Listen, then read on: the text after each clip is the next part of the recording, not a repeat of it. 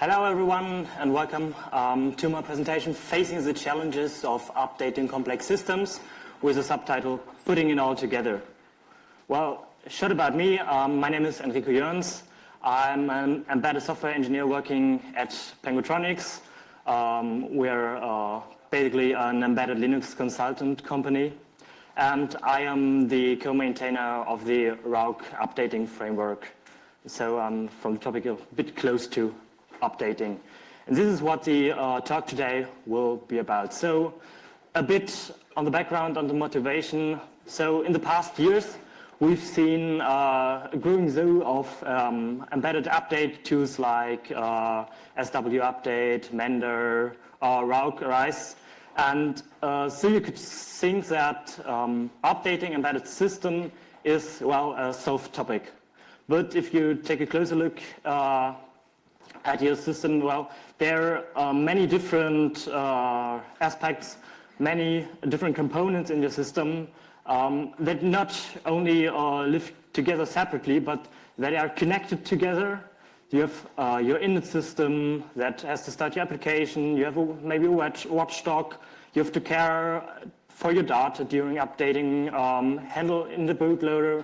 Then you have a deployment server where your update comes from. And in the end, you also want to test this entire change. And there are a lot of building blocks that cannot be covered by such an update framework, and that are very custom to your hardware, to your use case, and to what your application needs. And well, when we deal with updates, the bootloader is a very critical point, because in most systems, the bootloader is a single point of failure. And now, when you want to start with U-boot or grep or something like this, then implementing a redundant system often means that you have to write a script for the bootloader that takes some variables and does a selection of the proper boot targets. So this is exactly what we just remove in the user space with those update frameworks. So why don't we use those frameworks in the bootloader too? And here's one example of an already existing framework from the Baerbock's bootloader. It's called the boot chooser framework. Well, here's a short overview about the structural view.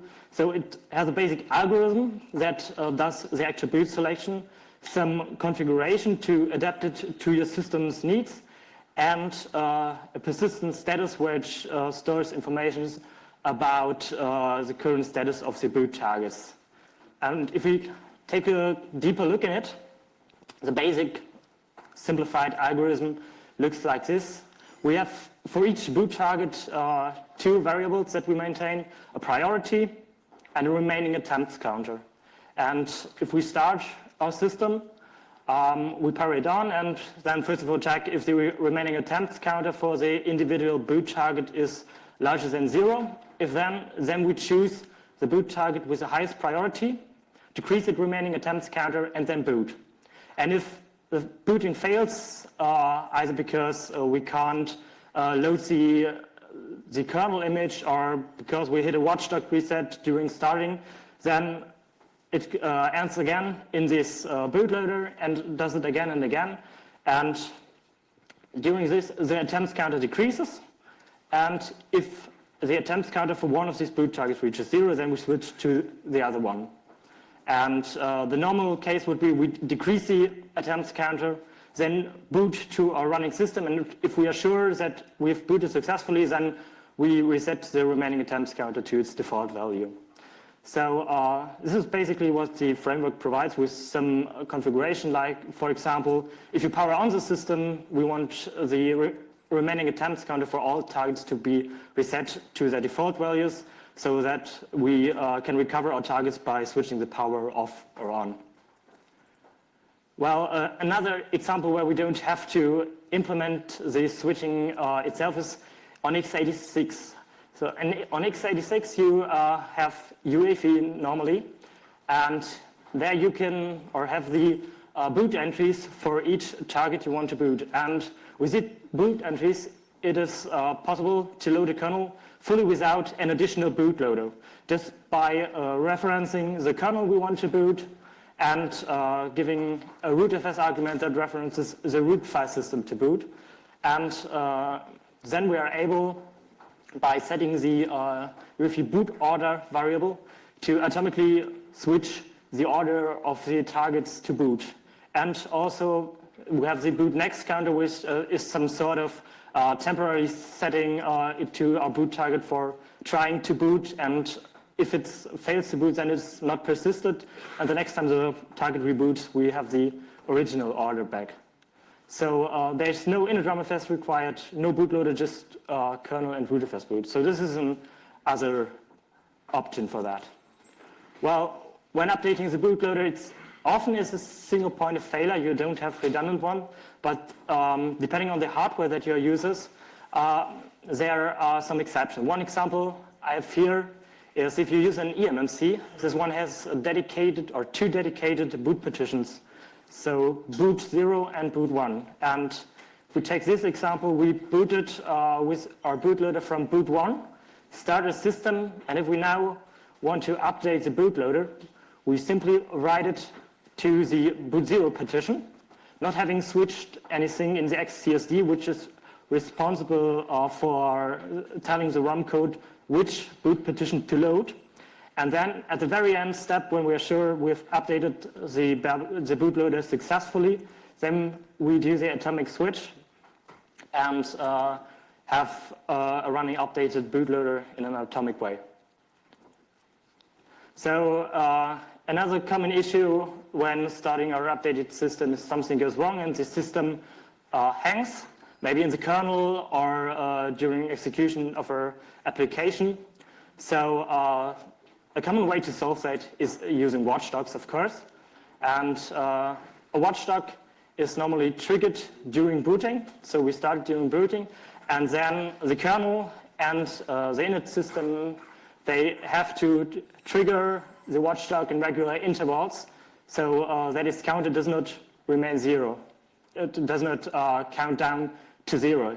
If that happens, in this case shown there, when the system hangs, then the watchdog counter expires, and the watchdog pulls the reset of the board and reboots the board, so that we don't end up in an unbehaving system. Well, as for the basic system, also our applications might hang, and we want to be able to detect that and want to be able to recover from that. And a nice tool for that is this systemd watchdog systemd init system that provides the watchdog multiplexer interface. So systemd itself triggers the hardware watchdog so that you can be sure that systemd is running, and also for rebooting your device it sets a watchdog so that if you get stuck during reboot, and then it provides a software watchdog for the individual applications that you run. And for each application you can configure a proper interval, and then your application has to notify systemd in that interval to not get reset. And if it's not notified, then you can select in systemd what you want to do with it. What do you want to restart it, or skip, or also reboot the entire system? Depends on how critical the application that just crashed is.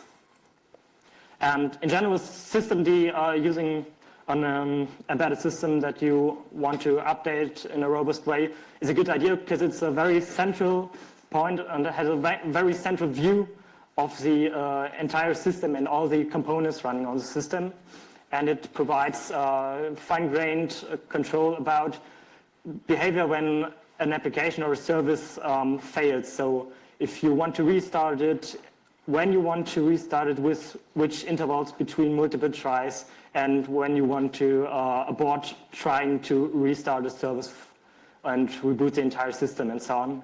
It has the watchdog multiplex I already described, and for example the system update method that is a way for bootstrapping configuration data on the initial boot of a system by just placing a system update file in the root file system, then system deboots into a special target, performs some actions, and then reboots. And so you can bootstrap initial data on your system, for example. Well, what you also have to care about when thinking about developing your system is how you store and where you store your data and how and where you migrate your data. So a simple example is that you store your data in the root file system if you have a read-writable file system, and then your update tool has to care for it to first write the image to the secondary root partition, and after that copy all the data that you need on the second partition to it from the currently running one.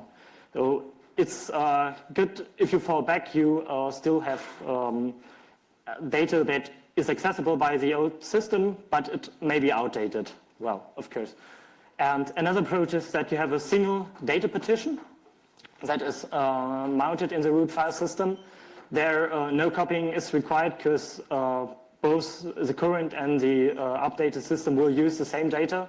Migration is also possible, but if you fall back and migrated data before, that might be tricky because the old application might not be able to read the data you just migrated with the new application. So there's a third approach if you have redundant root file systems to also use redundant data file systems. And again, the copying of the data can be done by the bootloader. The migration should be done by the application because this has the best view of what data it requires.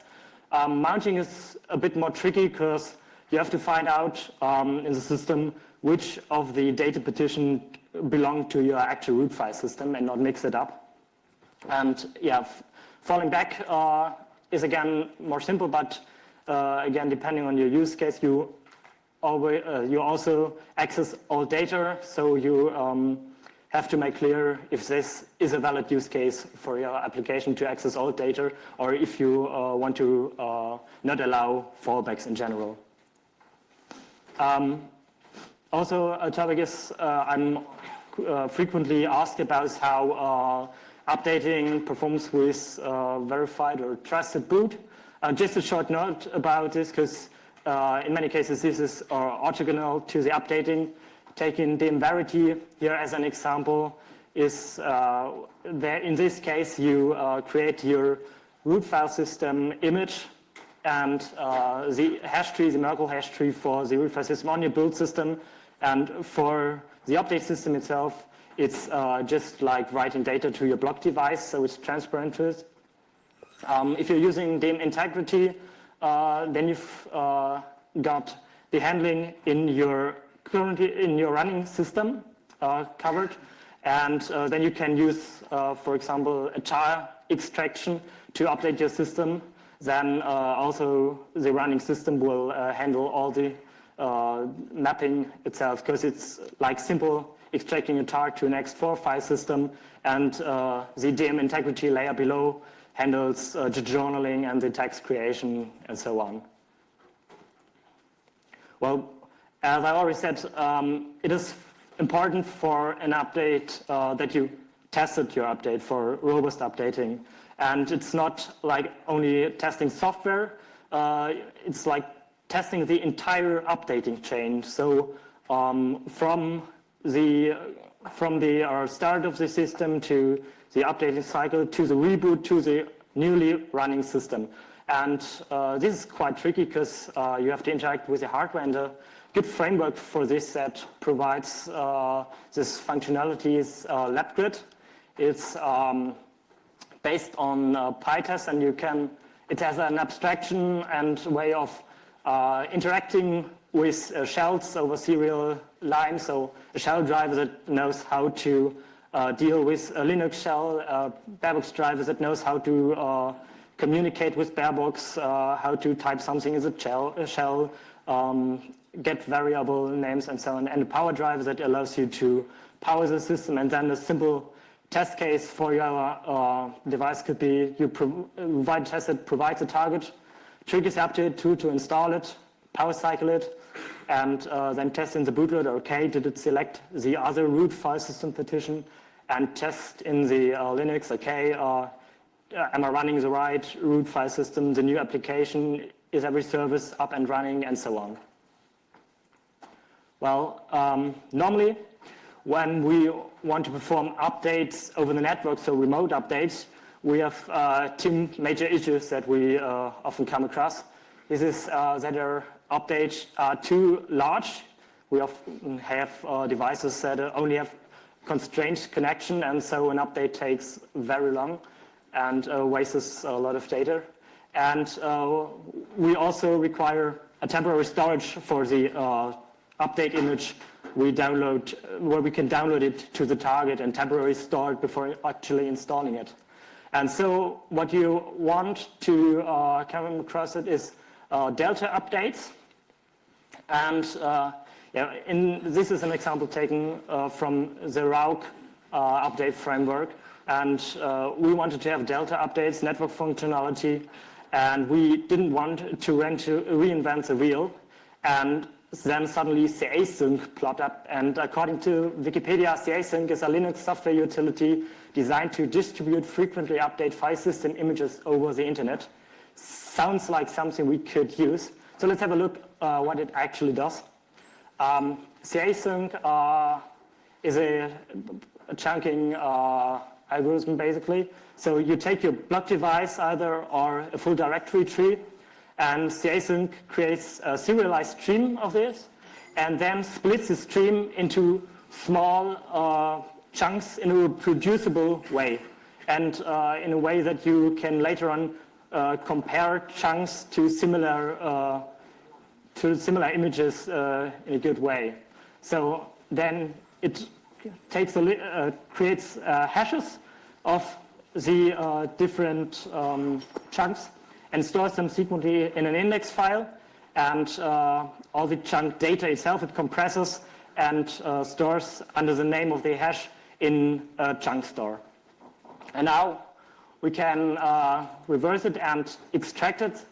Then if we extract a CA-Sync index file to either a block device or a directory tree, then CA-Sync scans through the index file and looks in the chunk store for each of the chunks, fetches it over network and directly deserializes it and writes it to the device. So there's no temporary storage required. We have remote access because CA-Sync brings all the remote functionality required to work over HTTPS, HTTP, SFTP, and so on. And we can write it sequentially to the device. So now, how do we use it in RAUC currently? Well, what we do is we want to update running from slot A to slot B. And so we perform the same chunking algorithm we performed on the image we want to use for updating on the slot and store the information about where to find the data for each chunk in a so-called seed store on our target.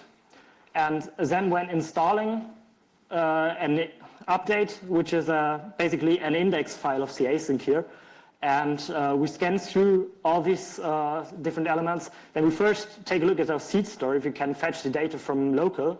And if it's there, we get the data from our slot A and write it to slot B. And only for these chunks that differ from the currently one, for this we have to make a remote access and call this small chunk from the chunk store server. So this is basically how it works. And another topic that you care about when having a lot of devices is field deployment.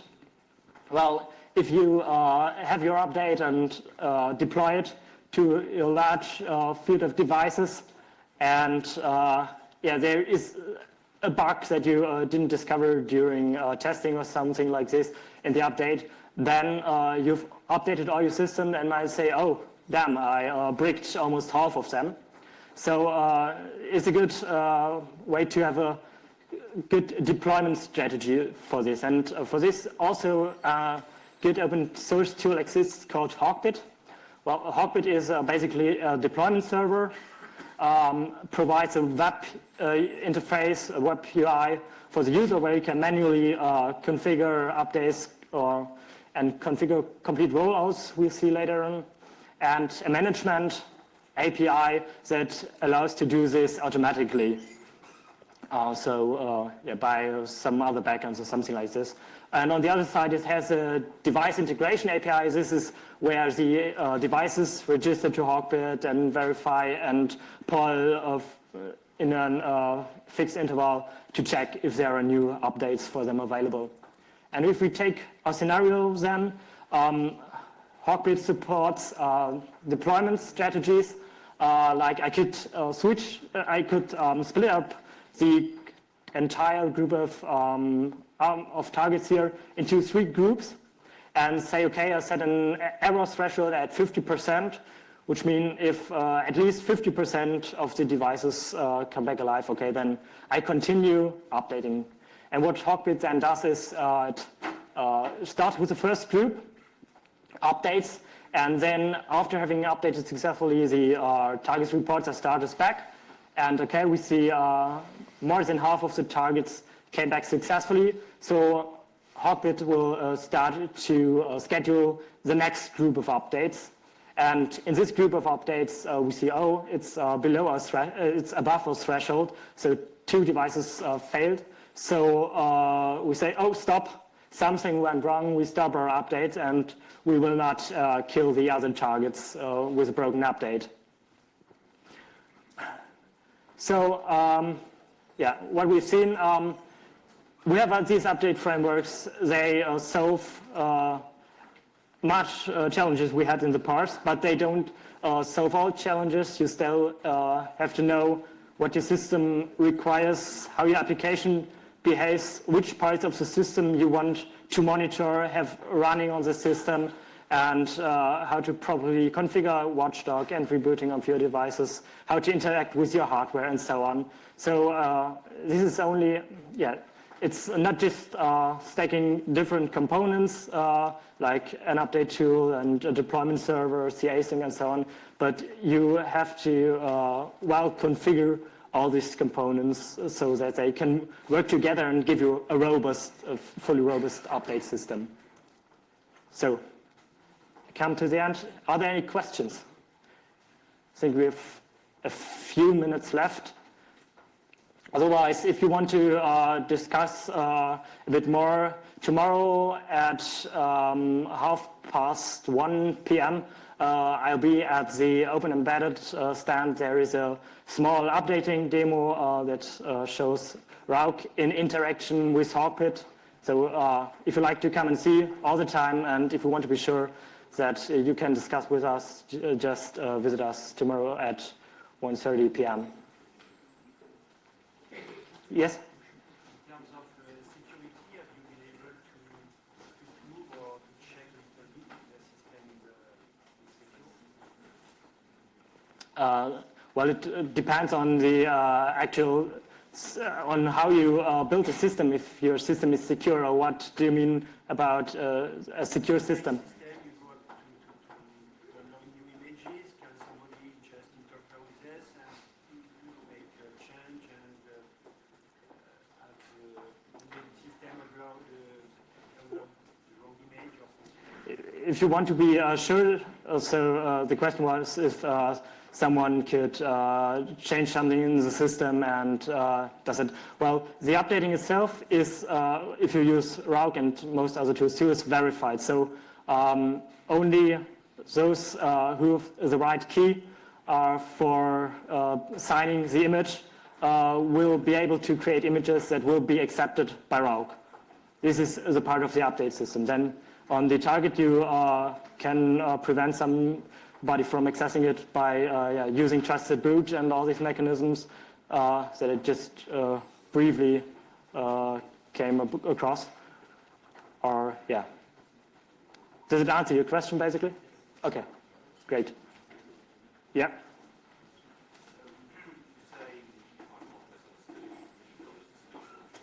Could you speak up a bit? I don't get it.